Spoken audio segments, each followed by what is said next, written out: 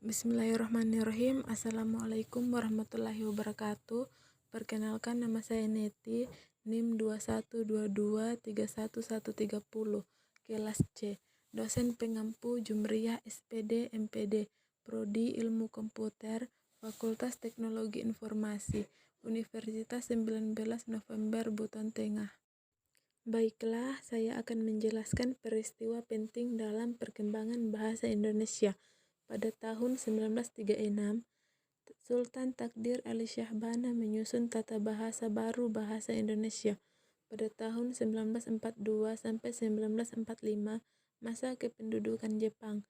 Jepang melarang bahasa Belanda yang dianggapnya sebagai bahasa musuh.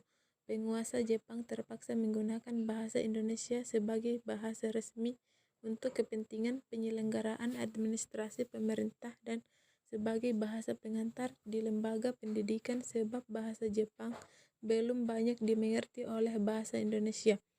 Pada tanggal 18 Agustus tahun 1945, bahasa Indonesia dinyatakan secara resmi sebagai bahasa negara sesuai dengan bunyi Undang-Undang 1945 Bab 15 Pasal 36, bahasa negara adalah bahasa Indonesia. Pada tanggal 19 Maret tahun 1947, melalui SK nomor 264 BHG A47, Menteri Pendidikan, Pengajar dan Kebudayaan MR Sewandi meresmikan penggunaan ejaan Republik sebagai pengganti dari ejaan Van Ophuijsen yang sebelumnya berlaku. Pada tahun 1948, terbentuk sebuah lembaga yang menangani pembinaan bahasa yang nama Balai Bahasa. Lembaga ini pada tahun 1968 diubah menjadi Pusat Pembinaan dan Pengembangan Bahasa yang selanjutnya lebih dikenal dengan sebutan Pusat Bahasa. Pada tanggal 28 Oktober sampai dengan 2 November 1954 dilaksanakan Kongres Bahasa Indonesia II di Medan. Kongres Bahasa Indonesia II ini adalah perwujudan mengenai tekad bahasa Indonesia untuk tetap terus menyempurnakan bahasa Indonesia yang diangkat menjadi bahasa kebangsaan serta ditetapkan menjadi bahasa negara Indonesia. Pada tanggal 16 Agustus 1972, Republik Indonesia pada masa itu yaitu Presiden Soeharto meresmikan penggunaan EYD atau Ejaan Bahasa Indonesia yang disempurnakan melalui pidato kenegaraan di depan sidang DPR yang dikuatkan pula dengan keputusan Presiden nomor 57 tahun 1972.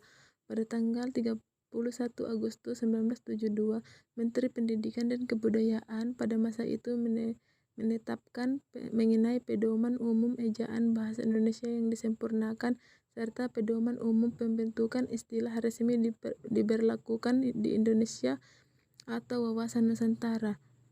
Pada tanggal 28 Oktober sampai dengan 2 November 1978 dilaksanakan Kongres Bahasa Indonesia III di Jakarta. Kongres tersebut untuk memperingati Hari Sumpah Pemuda ke-50. Selain telah memperlihatkan kemajuan, perkembangan dan pertumbuhan bahasa Indonesia, juga telah berusaha untuk menetapkan kedudukan serta fungsi bahasa Indonesia itu sendiri. Pada tanggal 21 sampai 26 November 1998 dilaksanakan Kongres Bahasa Indonesia IV Jakarta. Kongres dilaksanakan dalam rangka memperingati Hari Sumpah Pemuda yang ke-55. Dalam putusannya disebutkan bahwa pembinaan dalam perkembangan bahasa Indonesia harus lebih ditingkatkan agar amanat yang tercantum di garis-garis besar haluan negara yang diwajibkan kepada seluruh warga negara Indonesia untuk menggunakan bahasa Indonesia dengan baik dan benar dapat tercapai semaksimal mungkin. Pada tahun 1998 dilaksanakan Kongres Bahasa Indonesia V di Jakarta. Kongres Bahasa Indonesia V ini dihadiri oleh sekitar 7.005 pakar bahasa Indonesia dari seluruh Indonesia serta terdapat peserta dari berbagai negara sahabat. Kongres tersebut ditandatangani dengan dipersembahkannya sekarya dari pusat pembinaannya dan perkembangan bahasa ke depan para pencinta bahasa Indonesia di Nusantara, yaitu Kamus Besar Bahasa Indonesia serta Tata Bahasa Baku Bahasa Indonesia. Pada tahun 1993 dilaksanakan Kongres Bahasa Indonesia VI di Jakarta. Pesertanya yaitu terdapat 53 peserta tamu dari mancanegara, meliputi Amerika Serikat, Rusia, Hong Kong, Italia, Jepang, Korea Selatan, dan Singapura.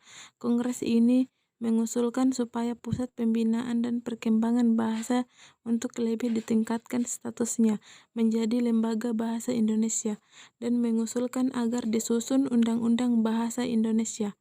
Sekian dan terima kasih.